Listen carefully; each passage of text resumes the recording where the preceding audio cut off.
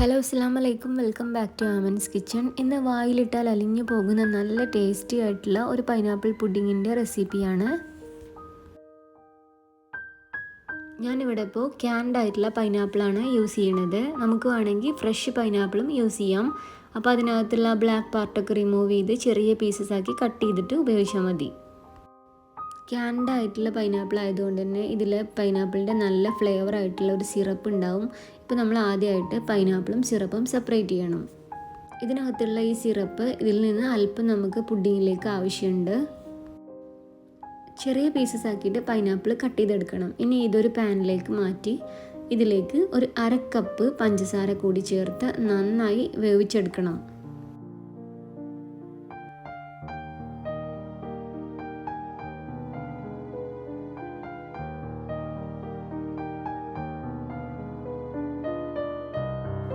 പൈനാപ്പിളിന് നല്ല yellow colour കിട്ടാൻ വേണ്ടിയിട്ട് ഒന്നുകിൽ നമുക്ക് ഫുഡ് കളർ യൂസ് ചെയ്യാം, അല്ലെങ്കിൽ മഞ്ഞൾപ്പൊടി യൂസ് ചെയ്യാം. ഞാനിവിടെ ഒരു പിഞ്ച് മഞ്ഞൾപ്പൊടി ചേർത്ത് കൊടുക്കുന്നുണ്ട്.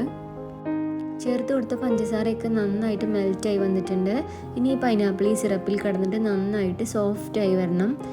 ഓരോരുത്തരുടെ ഇഷ്ടത്തിനനുസരിച്ചിട്ട് നമുക്ക് സിറപ്പ് വറ്റിച്ചെടുക്കാം. ഞാനിപ്പോൾ മുഴുവൻ സിറപ്പും വറ്റിച്ചെടുക്കണില്ല.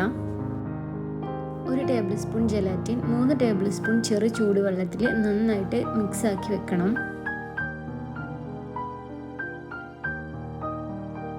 പുഡിംഗ് മിക്സ് റെഡിയാക്കുന്ന സമയം കൊണ്ട് തന്നെ ഈ ജെലാറ്റിൻ നന്നായിട്ട് മെൽറ്റായി വന്നിട്ടുണ്ടാവും. അതിന് വേണ്ടിയിട്ടാണ് നമ്മൾ മുമ്പേ തന്നെ മിക്സ് ആക്കി വെക്കുന്നത്. ഒരു സോസ് പാൻ എടുത്തിട്ട് അതിലേക്ക് നമുക്ക് വിപ്പിംഗ് ക്രീം ആഡ് ചെയ്യാം. ഞാനിവിടെ പക്കിൻ്റെ വിപ്പിംഗ് ക്രീമാണ് യൂസ് ചെയ്യുന്നത്. 1 കപ്പ് വിപ്പിംഗ് ക്രീം ചേർത്ത് കൊടുക്കാം.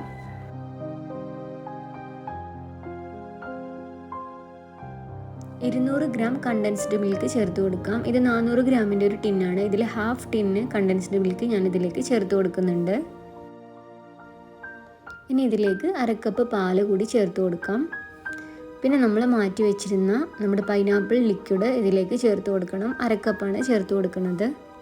എല്ലാം കൂടി നന്നായി ഇളക്കി യോജിപ്പിക്കാം. നമ്മൾ ചേർത്ത കണ്ടൻസ്ഡ് മിൽക്ക് നന്നായിട്ട് അതിൽ മിക്സായി വരണം. എപ്പോഴും മീഡിയം ഫ്ലെയിമിൽ വേണം പുഡിങ് തയ്യാറാക്കാൻ വേണ്ടിയിട്ട്. പുഡിങ്ങിൻ്റെ മിക്സ് ഒരിക്കലും തിളക്കാൻ അനുവദിക്കരുത്. തിളക്കുന്നതിൻ്റെ തൊട്ട് മുമ്പ് തീ ഓഫ് ചെയ്തിട്ട് നമുക്ക് ജെലാറ്റിൻ്റെ മിക്സ് ആഡ് ചെയ്യാം.